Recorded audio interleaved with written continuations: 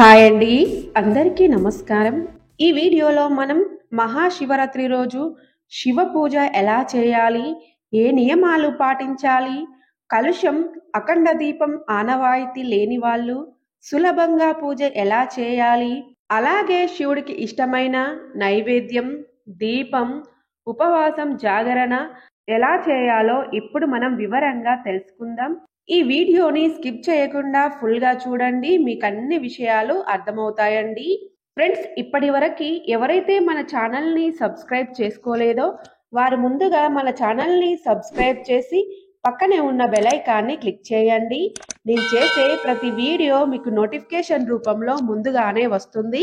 ముందుగా అందరికీ మహాశివరాత్రి శుభాకాంక్షలండి. శివుడి ఆజ్ఞ లేనిదే చీమైనా కుట్టదని చెప్తుంటారు. శివానుగ్రహం మనకు కలిగితేనే భోగ భాగ్యాలు, అష్ట ఐశ్వర్యాలు కలుగుతాయండి. ఆ పరమశివుడు లింగాకారంలో ఉద్భవించిన రోజే అండి మహాశివరాత్రి. లింగోద్భవం జరిగినది మాఘమాసంలో బహుళ పక్షంలో వచ్చే చతుర్దశి రోజు అండి. కాబట్టి ఆ రోజు మనం మహాశివరాత్రి పర్వదినాన్ని జరుపుకుంటాము. శివరాత్రి రోజున ఏ సమయంలో పూజ చేయాలి, నిశ్చిత కాలం ఏంటి అని విషయాలన్నింటి గురించి నేను నా ముందు వీడియోలో తెలియజేశానండి. ఆ వీడియో లింకును కింద డిస్క్రిప్షన్ బాక్స్లో ఇస్తాను. మీకు ఇంట్రెస్ట్ ఉంటే ఒకసారి చెక్ చేయండి. ఇప్పుడు మనం శివరాత్రి రోజు సులభంగా పూజ ఎలా చేయాలో తెలుసుకుందాం.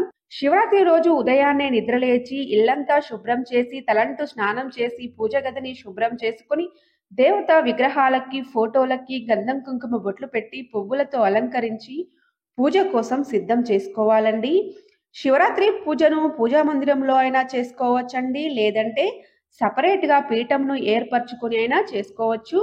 మీరు సపరేట్గా పీఠంను ఏర్పాటు చేయాలి అనుకుంటే మీరు ఎక్కడైతే పూజ చేయాలి అనుకుంటున్నారో అక్కడ పసుపు నీటితో శుభ్రం చేసి బియ్యం పిండితో ముగ్గులు పెట్టి పసుపు కుంకుమ బొట్లు పెట్టి ఆ ముగ్గు మీద ఒక పీఠాన్ని ఏర్పరిచి ఆ పీఠం మీద తెలుపు రంగు వస్త్రాన్ని పరిచి ఆ వస్త్రం పైన బియ్యం పోసి బియ్యం మీద పార్వతీ పరమేశ్వరులు కలిసి ఉన్న ఫోటోని పెట్టుకోవాలి.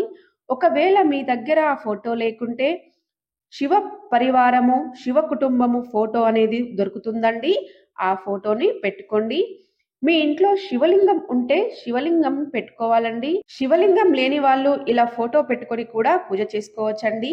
తర్వాత శివుడి ఫోటోకి చక్కగా గంధం కుంకుమ బొట్లు పెట్టి పువ్వులతో అలంకరించాలండి. అలంకరణ పూర్తయిన తర్వాత దీపారాధన కుందులను పెట్టుకోవాలి. మీ ఇంట్లో శివలింగం ఉంటే తప్పకుండా ఈరోజు అభిషేకం చేయాలండి. ఇంట్లో శివలింగం లేని వాళ్ళు కూడా ఎలా అభిషేకం చేయాలి అనేది మీకు నా తదుపరి వీడియోలో క్లియర్గా తెలియజేస్తానండి.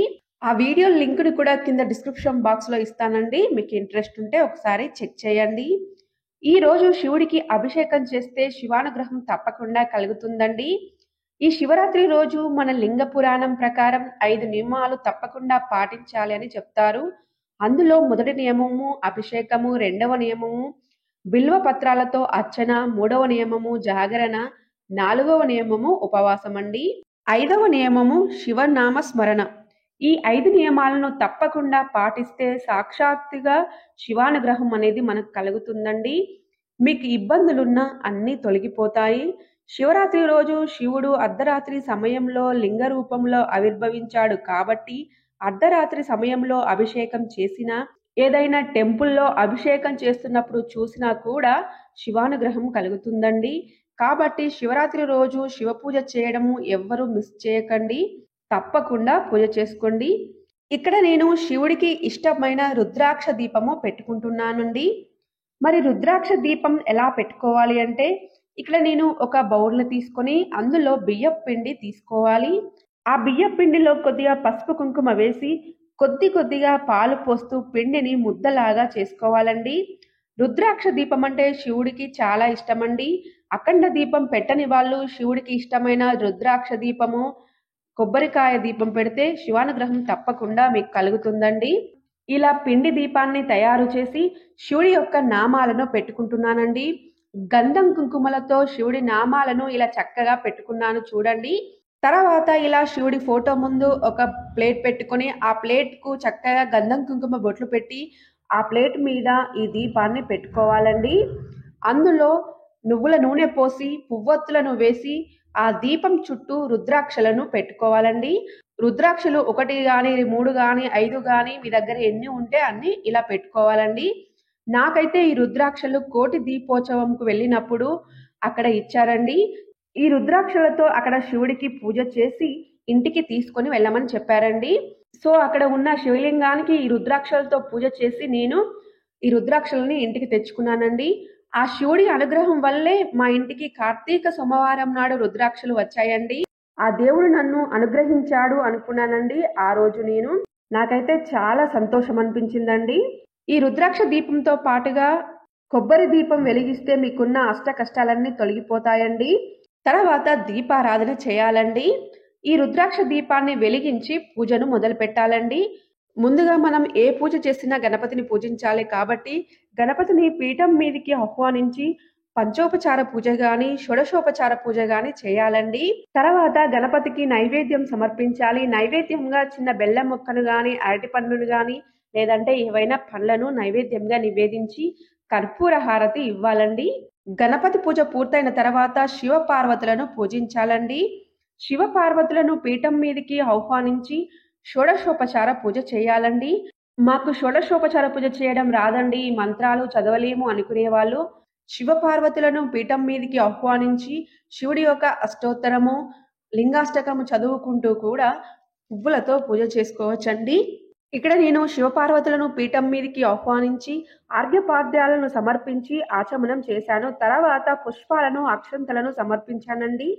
తర్వాత శివుడి యొక్క అష్టోత్తర శతనామావళి లింగాష్టకము రుద్రకము నమకము ఇవన్నీ చదువుతూ తెలుపు రంగు పుష్పాలతో పూజ చేయాలండి.